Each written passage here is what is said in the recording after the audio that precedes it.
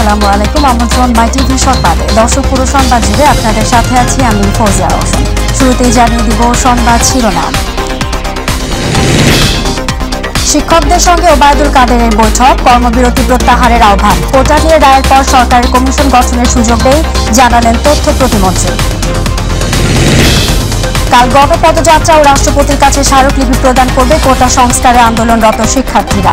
পুলিশের গাড়ি ভাঙচুরের ঘটনায় মামলা। শিক্ষার্থীদের আন্দোলনকে জড়িয়ে সরকার ভিন্ন কিছুর পায়তারা করছে বললেন মির্জা আব্বাস। দেশের স্বাধীনতা ও সার্বভৌমত্ব হুমকির মুখে মন্তব্য রিজভির। খেলাধুলার মাধ্যমে প্রতিযোগিতার চর্চা গড়ে ওঠে, নিজেকে দেশের জন্য প্রস্তুত করা যায় বললেন প্রধানমন্ত্রী। অপ্রতিরোধ্য গতিতে এগিয়ে যাবে বাংলাদেশ। এবং বৃষ্টির একদিন পরও পানির নিচে বুয়েট। দেশের উত্তর মধ্যাঞ্চলে বন্যা পরিস্থিতির কিছুটা উন্নতি, দুর্গত এলাকায় বিশুদ্ধ পানি ও খাবার সংকট।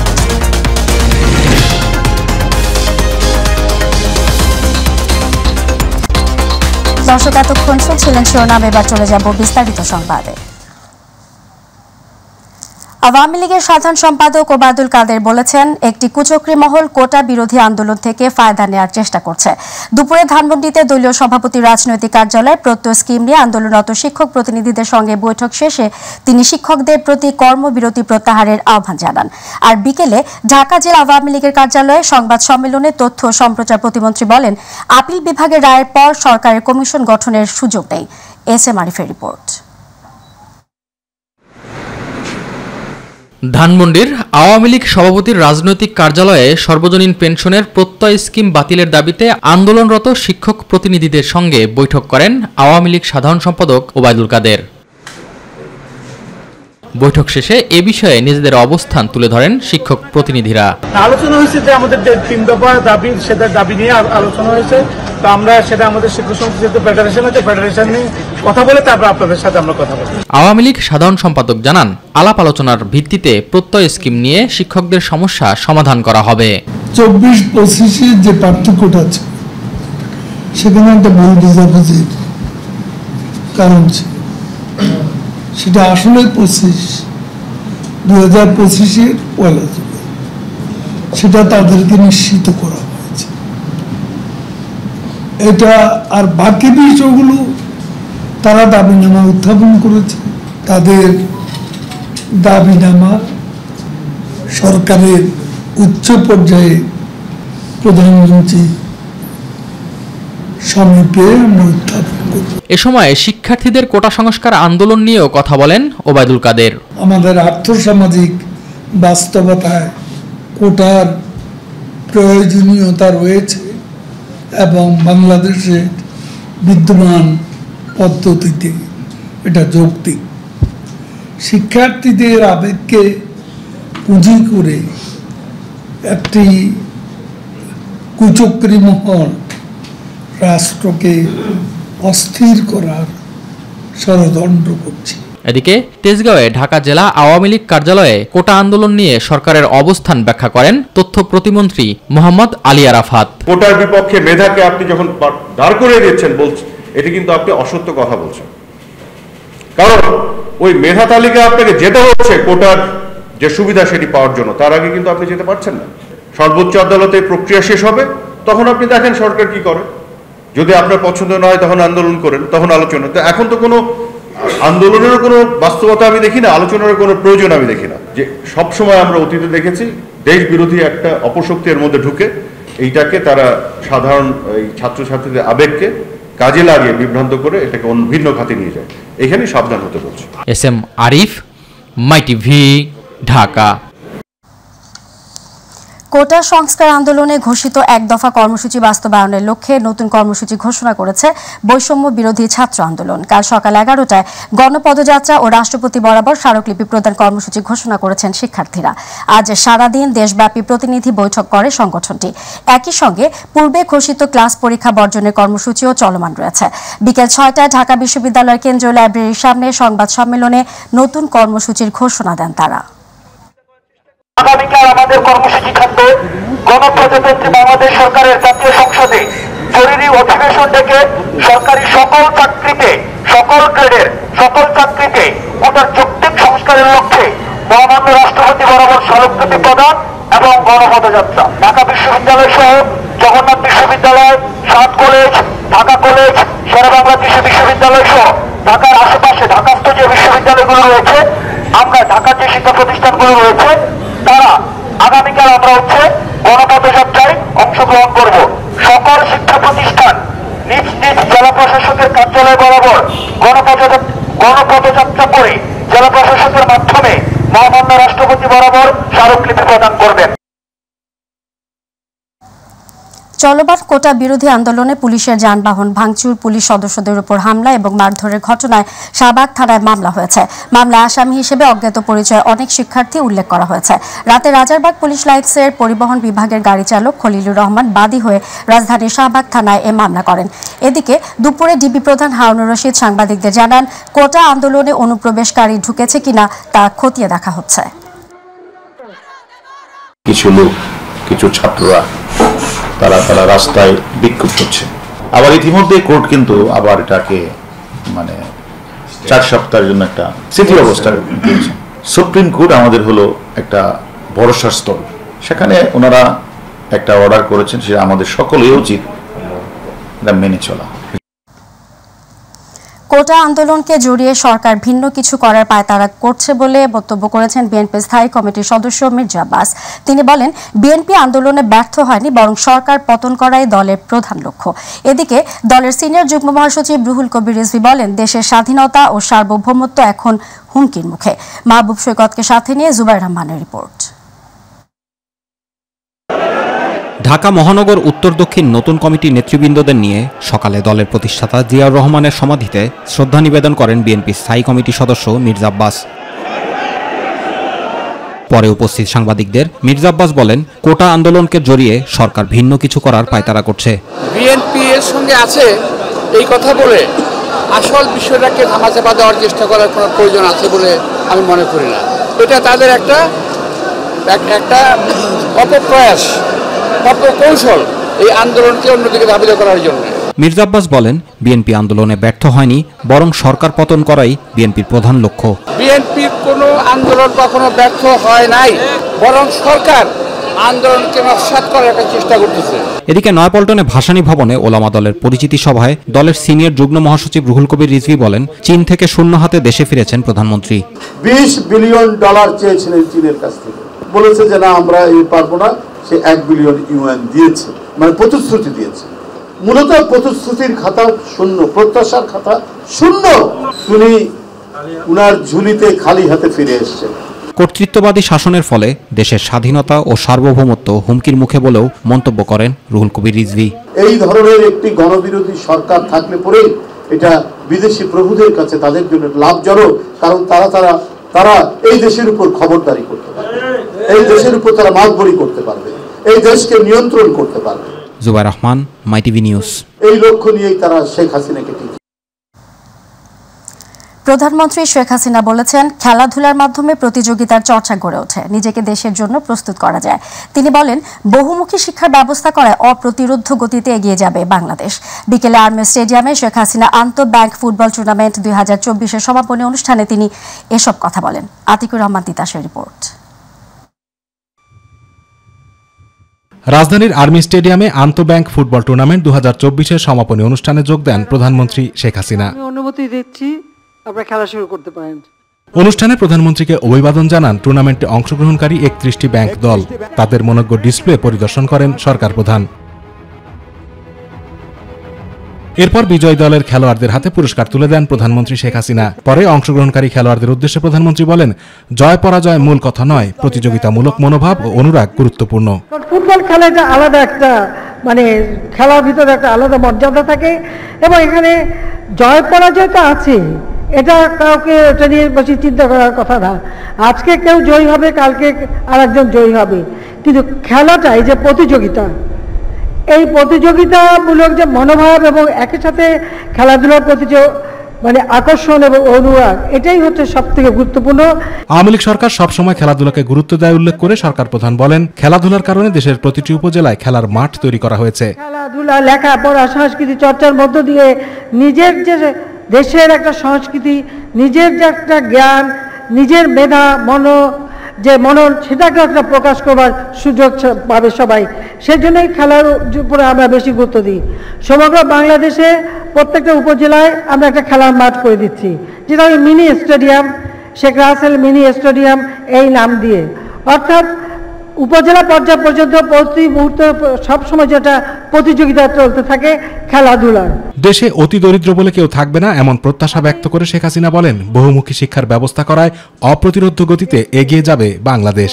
বাংলাদেশ আজকে ডিজিটাল বাংলাদেশ আমরা করেছি, আমরা আমাদের অর্থনীতিকে উন্নত করেছি, দারিদ্র্যের হার আমরা অর্ধেকের বেশি কমিয়ে এনেছি, এখন 18.7 অতি দারিদ্র্যের হার 25 ভাগের উপরে ছিল, তা 5.6 ভাগে নামিয়ে এনেছি।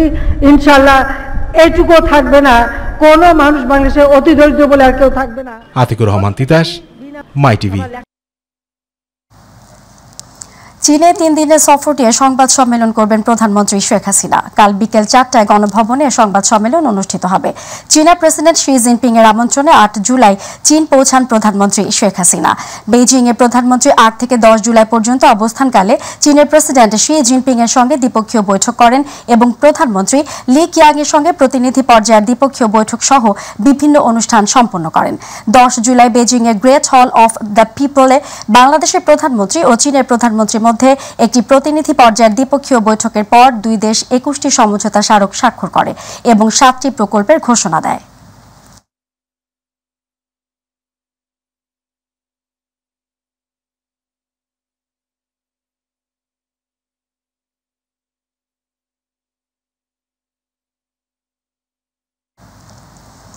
গেল কদিনের বৃষ্টিতে জলাবদ্ধতায় ভোগান্তির শিকার বুয়েটের শিক্ষার্থী, শিক্ষক সহ কর্মচারী ও কর্মকর্তারা।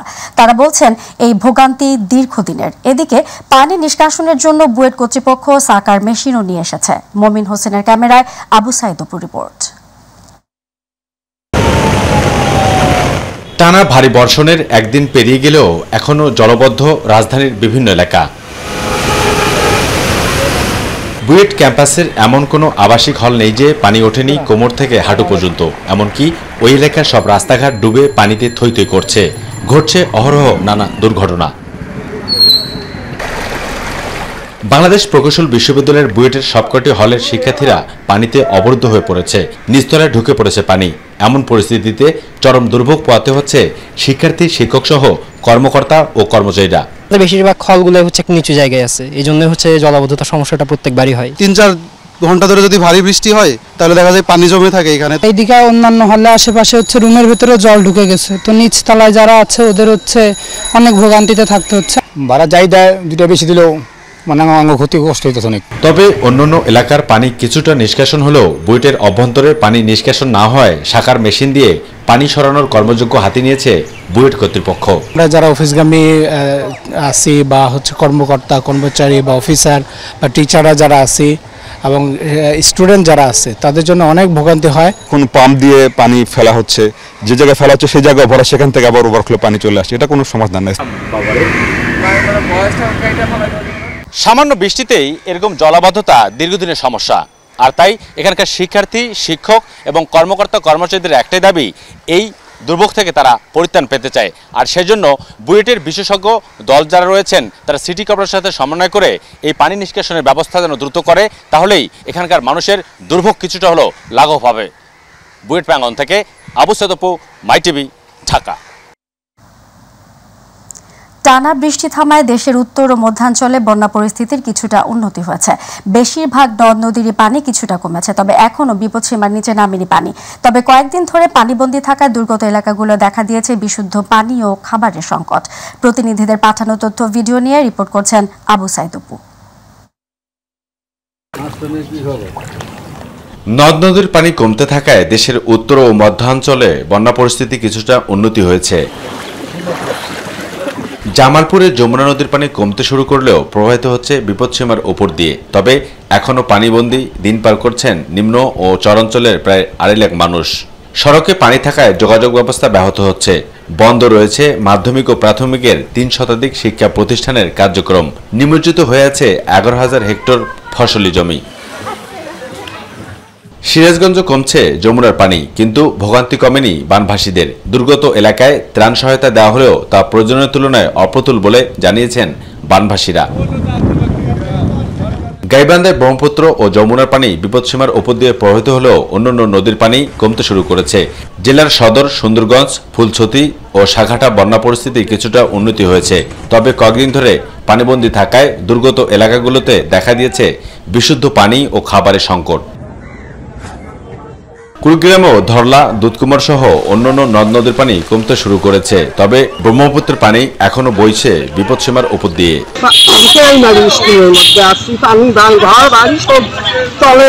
পানি বাড়ির মধ্যে উঠছে না, পাখা করে খাওয়া খুব সমস্যা।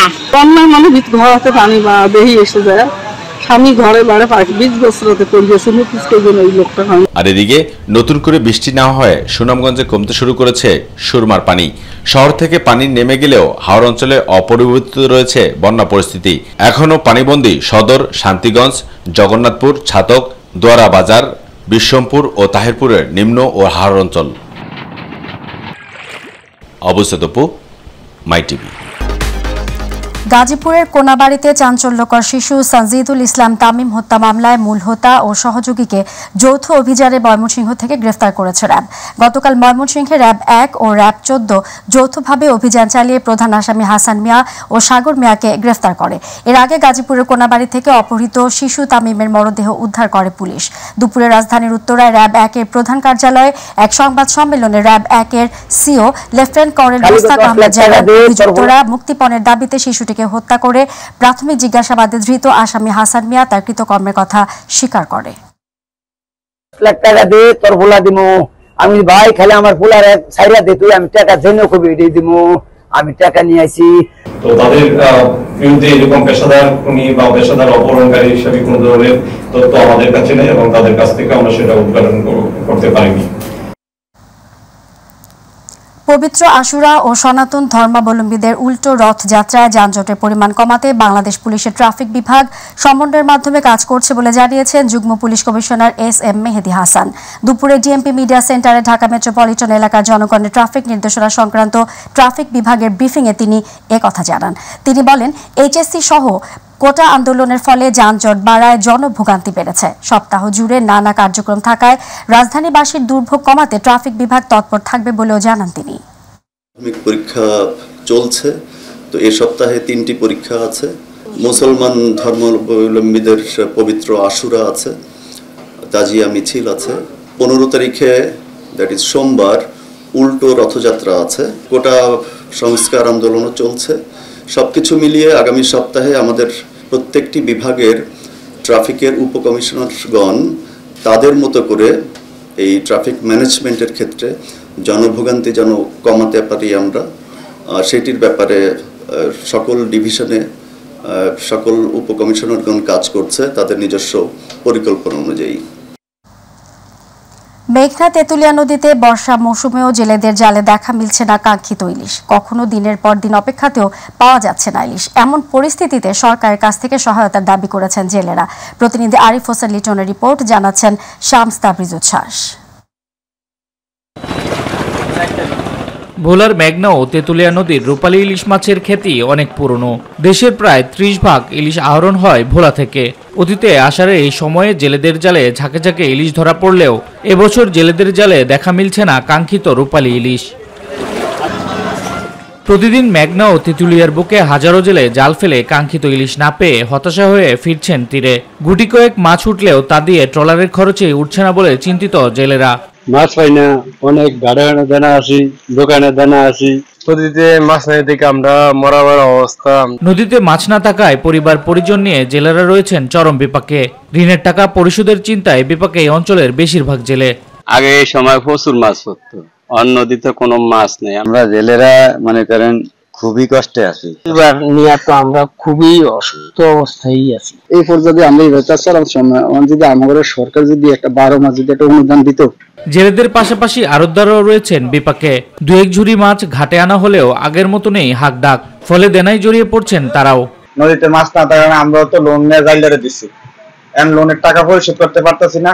এই জন্য আমাদের খুব অসুবিধা হচ্ছে। জেলেরা মাছ ধরতে পারে না, উপর থেকে লোন নিছে, লোনের টাকা দিতে পারে না, কিস্তি দিতে পারে না, আমাকে মাছ দিতে পারে না, আমাকে ব্যবসা বাণিজ্য খুব খারাপ। মেঘনা অনেক ডুবোচর থাকায় নদীতে কম পাওয়া যাচ্ছে ইলিশ। পানি আরেকটু বাড়লে কাঙ্ক্ষিত ইলিশের দেখা মিলবে বলে আশাবাদ জানিয়েছে মৎস্য বিভাগ। পাশাপাশি আবার 65 দিনের যে নিষেধাজ্ঞা, সেই নিষেধাজ্ঞার কারণে সমুদ্রের কিন্তু কোনো মাছ ল্যান্ড হচ্ছে না, কারণ সমুদ্রে মাছ আহরণ নিষিদ্ধ। তো সেই কারণে কিন্তু মাছের পরিমাণ একটু কম। ভোলাই সরকারি হিসেবে জেলায় নিবন্ধিত জেলে রয়েছে প্রায় 1,65,000-এরও অধিক। শামস তাবরিজ উচ্ছ্বাস, মাই টিভি নিউজ ডেস্ক। দর্শক, সংবাদের শেষ প্রান্তে আমরা, তবে যাবার আগে শিরোনামগুলো জানিয়ে দেব আরো একবার। শিক্ষকদের সঙ্গে ওবায়দুল কাদেরের বৈঠক, কর্মবিরতি প্রত্যাহারের আহ্বান, কোটা নিয়ে রায়ের পর সরকারের কমিশন গঠনের সুযোগ নেই, জানালেন তথ্য প্রতিমন্ত্রী। কাল গণপদযাত্রা ও রাষ্ট্রপতির কাছে স্মারকলিপি প্রদান করবে কোটা সংস্কারে আন্দোলনরত শিক্ষার্থীরা। পুলিশের গাড়ি ভাঙচুরের ঘটনায় মামলা। শিক্ষার্থীদের আন্দোলনকে জড়িয়ে সরকার ভিন্ন কিছু পায়তারা করছে বললেন মির্জা আব্বাস। দেশের স্বাধীনতা ও সার্বভৌমত্ব হুমকির মুখে মন্তব্য রিজভীর। খেলাধুলার মাধ্যমে প্রতিযোগিতার চর্চা গড়ে ওঠে, নিজেকে দেশের জন্য প্রস্তুত করা যায় বললেন প্রধানমন্ত্রী। অপ্রতিরোধ্য গতিতে এগিয়ে যাবে বাংলাদেশ। এবং বৃষ্টির একদিন পরও পানির নিচে বুয়েট, দেশের উত্তর মধ্যাঞ্চলে বন্যা পরিস্থিতির কিছুটা উন্নতি, দুর্গত এলাকায় বিশুদ্ধ পানি ও খাবার সংকট।